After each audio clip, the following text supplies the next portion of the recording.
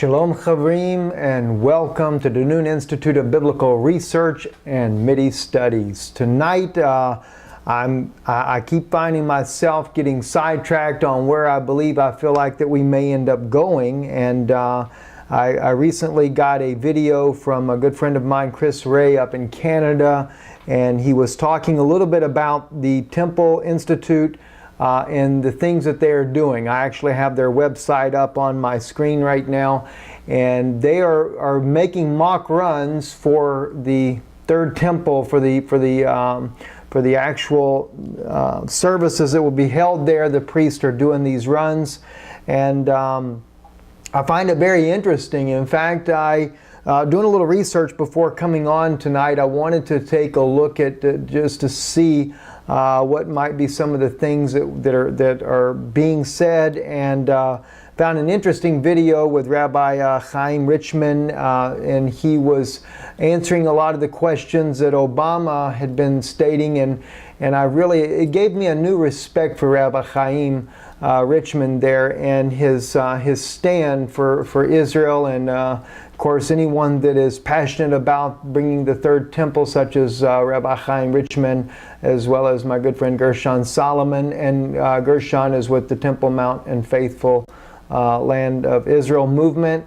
He's the president of that. I don't know though, as far as, is there a link between the two groups? Have they ever come together? Not really sure on that ground there, but I do know that they both have the same goal in mind, and that is to see the third temple rebuilt. And with so much move towards seeing the third temple be constructed, I have wondered what is stirring all of this. I posted a video on YouTube a couple of years ago, back in 2011, around September there. Actually, is when they were talking about a Palestinian state. And I titled the video, if I remember right, Benjamin Netanyahu will take control of the Temple Mount. And I was actually thinking that he would do it by the end of the year. And many things have happened since then. It did not happen, and but yet, at the same token, I know we're in that season. It looked like it would because of the push for the Palestinian state. And I want to just share with you some scriptures on this, though. Before we get too far into this, I'd like to take you to the book in the Christian Bible, the book of Revelation, in chapter 11 and verse 1 there. And just want to share with you something here that's very interesting. And this is what the Lord dealt with me on back just before September, when I released this video. And at first I thought perhaps no one else had actually seen this, but I did find a couple other videos on the internet where a couple of other people that God had revealed the same to them as well. I think there was only 3 of us at the time. But when you read in Revelation, it says, "And there was given me a reed like unto a rod. And the angel stood saying, Rise and measure the temple of God and the altar and them that worship therein. But the court which is without the temple leave out and measure it not, for it is given unto the Gentiles, and the holy city shall they tread underfoot 42 months. That's 3.5 years. If you go by the ancient Jewish calendar that was a 360-day year calendar, it was based on 30 days in a month, according to the lunar cycle there, and not a sun cycle, not the 365-day year of the Gregorian calendar. And this is what was really important to me. I want to read it a little bit further, though, before I kind of start going into this here with you. He says, verse 3, "And I will give power unto my 2 witnesses, and they shall prophesy 1,260 days clothed in sackcloth." Again, we have another case. Anyone that knows anything about biblical prophecy, the 2 witnesses are the ones that come right here at the move of tribulation, as many people consider the 7 years of Daniel's 7, or the last week of Daniel's 70th week that we read in the book of Daniel. Let me point out to you, though, a couple of very serious scriptures in this here, a couple of little parts of this here. One, we see it's obvious that right at the advent of the coming of the 2 witnesses, we're going to have a temple built, because God tells John to take a reed like unto a rod and measure. And then he says something interesting, though. He says, let me just find that little part of it there. Measure the temple and the altar and that worship therein. But the court which is without the temple leave out, and measure it not, for it is given unto the Gentiles, and the holy city shall they tread underfoot 42 months. Now, I think I mentioned this just the other night on the telecast there, but that is so profound when he says, for they shall tread, leave out the outer court, for it's given to the Gentiles, they will tread the holy city underfoot 42 months. Now, I made the comment that the city of the ancient city of David, or what they find on the outside of the walls, the current walls that were built by the Turks, there's a lot of remnant that has been dug up called the city of David. It goes outside the gate there on the eastern side, the southern, not the eastern gate, but the east south side of the temple there. And it's interesting, though, because what I have found interesting, this is also when you go out this gate here, this is where you come out and you'll actually go to where King David's tomb is, in that area there. This is where the Last Supper, the traditional site for the Last Supper, is at. And those of you that may not be aware of this, this is also where the Pope was given a seat at the Last Supper, at that place there, actually putting the property in the Vatican's hand, and then Shimon Peres pushing to call this spot the Vatican seat, the Pope's seat. Such a blasphemous move to begin with, to do something like this.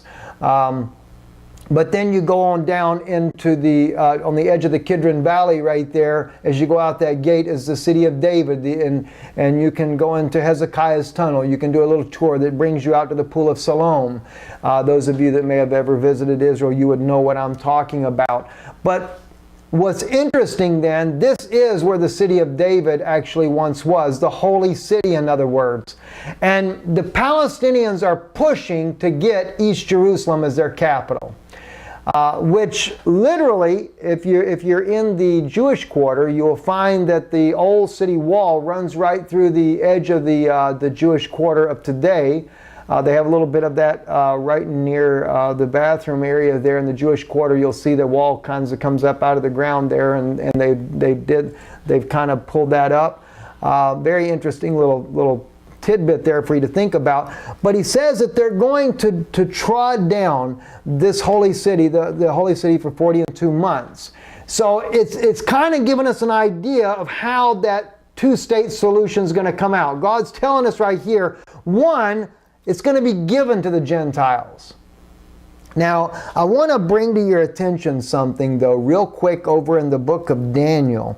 Daniel chapter 11. And let me just see if I can find the particular verse on this right here. Daniel 11, and we'll put on there the prince. And with the arm of a flood. This is in verse 22. Let me back up to verse 21. Maybe actually verse 20 might be a good thing to do here. Then shall stand up in his estate a raiser of taxes in the glory of the kingdom, but within a few days he shall be destroyed, neither in anger nor in battle. And his estate shall stand up a vile person, to whom they shall not give the honor of the kingdom, but shall come in peaceably and obtain the kingdom with by flatteries. Now, Shimon Peres has said about the Pope that he is the only man, Pope Francis, the only one that could restore peace in the Middle East. Interesting thought there for you.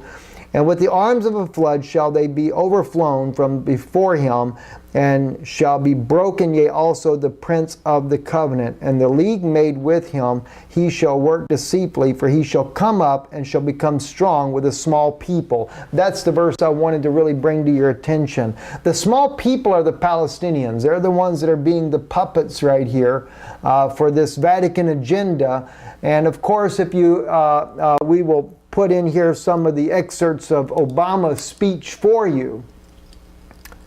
And I think you'll find it fascinating here what Obama is saying, because Obama takes and puts it out there that Jerusalem is really a city for all the religions. And I really like, though, what Rabbi Chaim Richmond says here about that, showing that the Torah was the first religion. It was the first one there. It is the mother of all the religions. But when you hear Obama talk about the way he speaks about the different religions, he basically puts, as he calls it, the Holy Quran above the Torah. He doesn't even say the Holy Torah. He just says the Torah. But he says the Holy Quran. He even says the Holy Bible. I guess he doesn't want to make the Christians mad in the United States. Don't want them to turn against him. I mean, it's unfortunately a lot of his support comes from them as well. So it's just absurd to see that. But what is really the point in all this? What I'm trying to get you guys to understand.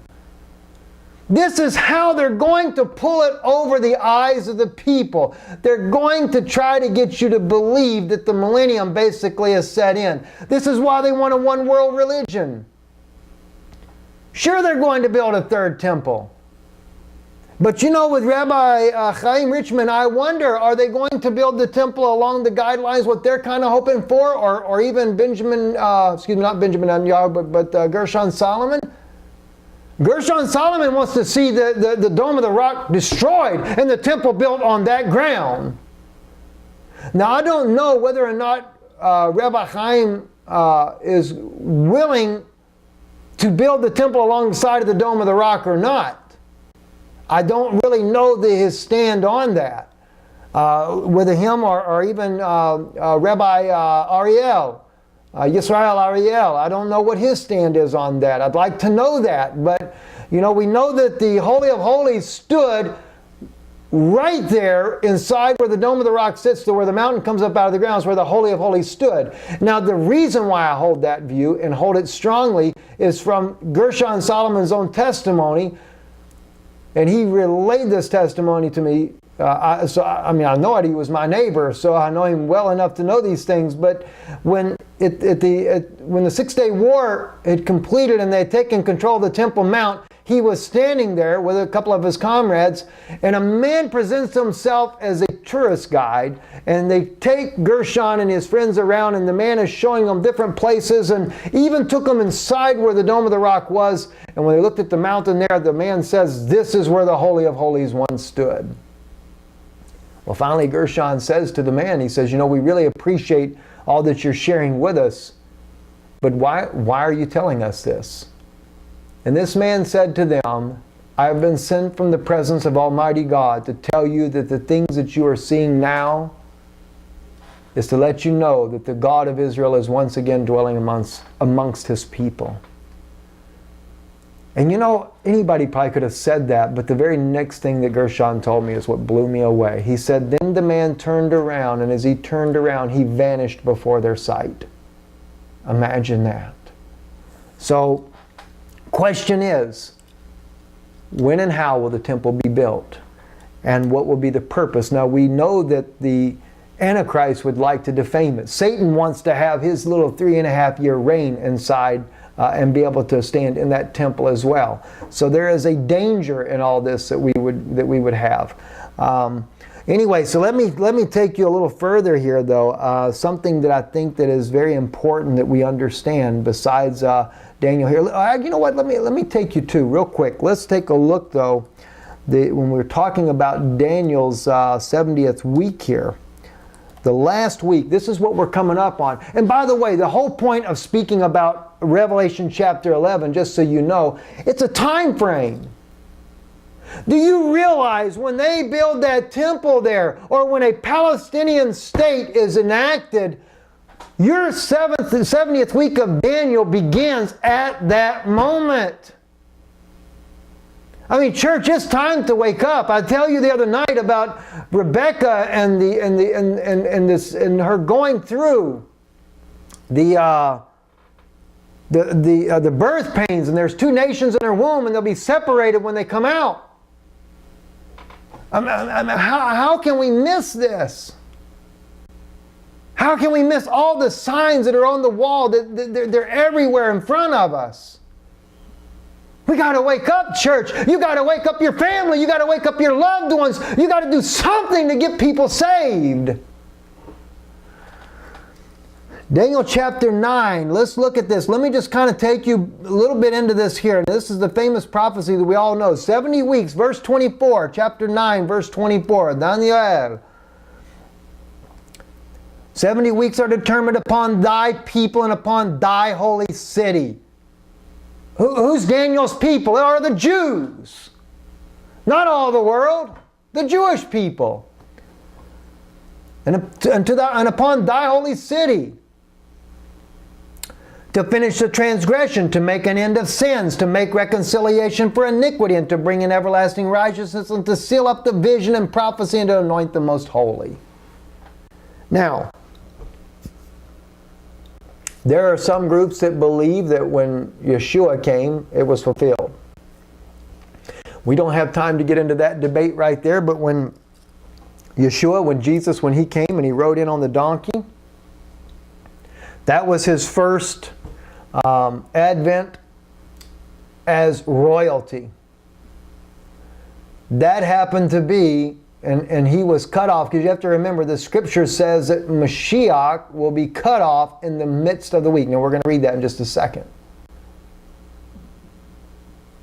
And then we end up with a week left over.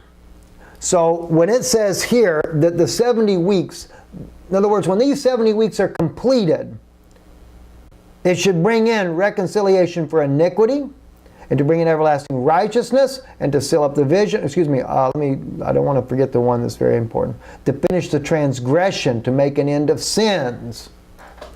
Israel has not recognized who her Messiah is. The only way as a people that God is going to pardon the iniquity that's going on in our life is to recognize who Mashiach is. Know therefore and understand that from the going forth of the commandment to restore and to build Jerusalem until Messiah the Prince shall be 7 weeks and 62 weeks. The street shall be built again, and the wall even in troublous times. And of course, when Ezra and them went back and Nehemiah, they were given, the king had given the command that they could go back and rebuild the temple. It was definitely in troublous times. And after 62 weeks shall Messiah be cut off, but not for himself. And the people of the prince that shall come shall destroy the city and the sanctuary, and the end thereof shall be with a flood, and unto the end of the war desolations are determined. Now, it's verse 26 is very important. After 62 weeks, that's 69 weeks in case you don't understand that math there, shall Messiah be cut off. There are some people, though, that they look at the last week and they say, well, Jesus was cut off in the middle of the week, of the last week. But if that be the case, we have a problem here, because it says, and after 62 weeks shall Messiah be cut off, but not for himself. And the people of the prince that shall come shall destroy the city and the sanctuary. In other words, after 69 weeks, the Messiah is cut off.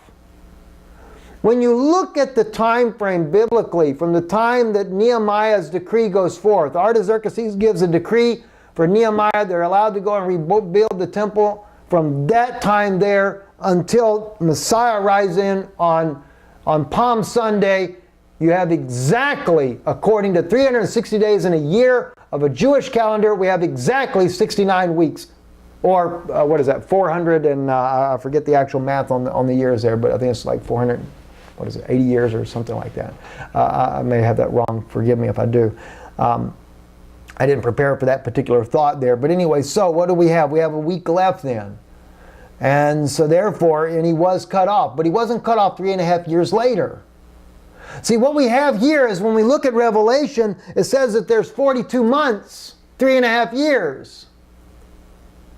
They build this temple, they make this negotiation. Now watch what we have here in Daniel. What does he say on down? And after 62 weeks shall Messiah be cut off, but not for himself, but the people. Okay, the prince, and notice this, and the people of the prince that shall come see, the prince that shall come, that's a future event. He tells you about a prince that's going to come, and that prince is not going to show up for nearly, 2,700 years after Daniel's prophecy. 2,000 years after the Messiah comes. But he identifies who he's from. He says he's of, and the people of the prince that shall come shall destroy the city and the sanctuary. What people? The Romans. The Romans destroyed the temple and the sanctuary. But they are of the prince that shall come. In other words, Rome, Vatican, If you ever read the book Israel, Are They Still God's People? That's a book I did. I break that down in there for you to really make sense of this for you. And the end thereof shall be with a flood, and to the end of and unto the end of the war, desolations are determined. Wow. And we are definitely look like we're fixing to go into nothing but wars over there in the Middle East here. So it's wars and desolations are determined. I mean, this is going to be nothing but the last week is going to be wars and desolations. Very interesting. And he shall confirm the covenant with many for 1 week. Who? The princes shall come. In the midst of the week he shall cause the sacrifice and oblation to cease. That looks like Israel will be back in her sacrificial service, and that Antichrist spirit, or maybe it's false prophet. I mean, I know there's different opinions out there. There's some people that they got all kinds of ideas. I won't go into all that. But the princes shall come is going to be the one that's going to stop the sacrifices. The covenant is broken, he stops the sacrifice, and the oblation is to cease. And the overspreading of abominations, he shall make it desolate, even until the consummation and determined shall be poured out upon the desolate. Now, in other words, Israel's going to really go through a turmoil. We're fixing to go through a turmoil with the Gog and Magog war coming up. Friends, the hour that we're living in is tremendous.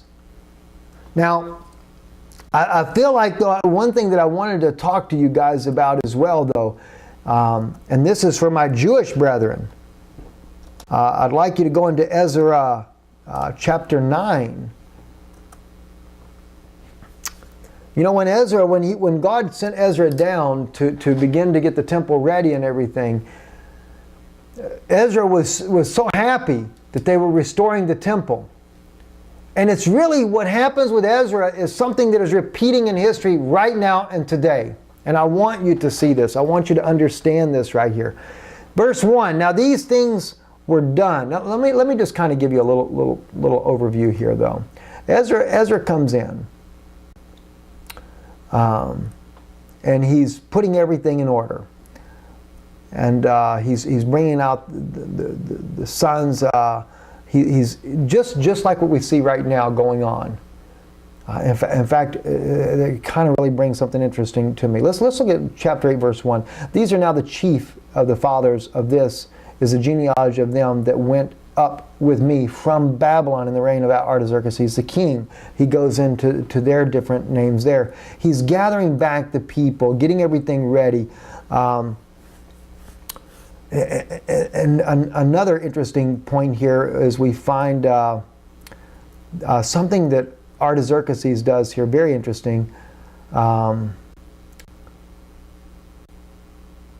He takes up an offering and is sending it down to help build, a willing offering to help build the house of God.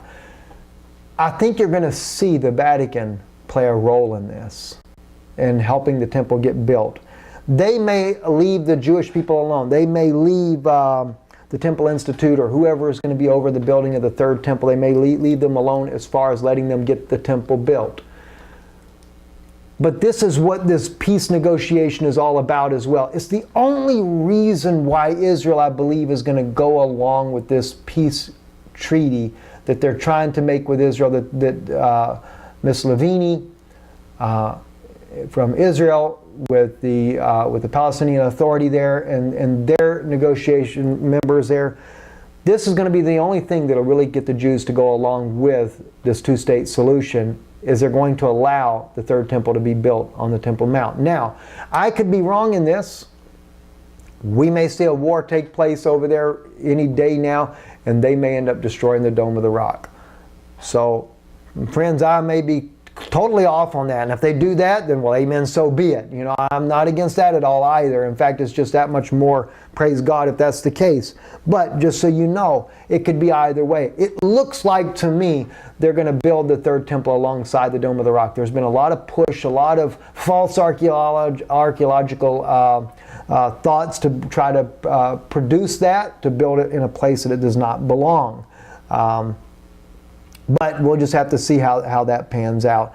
Anyway, though, the point I want to make, though, with Ezra, even Artaxerxes, what does it say? Even ours, the king, made a decree of all the treasures which are beyond the river, that whatsoever Ezra, the priest of the scribe of the law of the God of heaven, shall require of you, it be done speedily, unto 100 talents of silver, and unto 100 measures of wheat, to the 100 baths of wine. Just everything that he has need of, Artaxerxes is making sure that he has. And so on and so forth. You know, it's an amazing thing that begins to happen in order to bring forth the temple here. Now, but what really though struck me though is when we get into chapter 9, and he says, now when these things were done, the princes came to me. Now this is the princes coming to Ezra, saying, the people of Israel and the priests and the Levites have not separated themselves from the people of the lands. Plural. That may not seem significant to you, but I want you to understand why it is significant. The lands are the Gentiles, the nations. Thank you for watching this broadcast. If you would like to be a part of this ministry, you can send your tax-free gift to Denoon Institute at 12537 Gemstone Crescent, Fort Myers, Florida 33913, or you can give securely online at www.israelreturns.com. For more resources, visit our website again at www.israelreturns.com. Also, please visit our YouTube channel, Ben Denoon. We would like to thank some of our valued friends for making this broadcast possible. Thank you for being with us. We trust that tonight's program has been a blessing.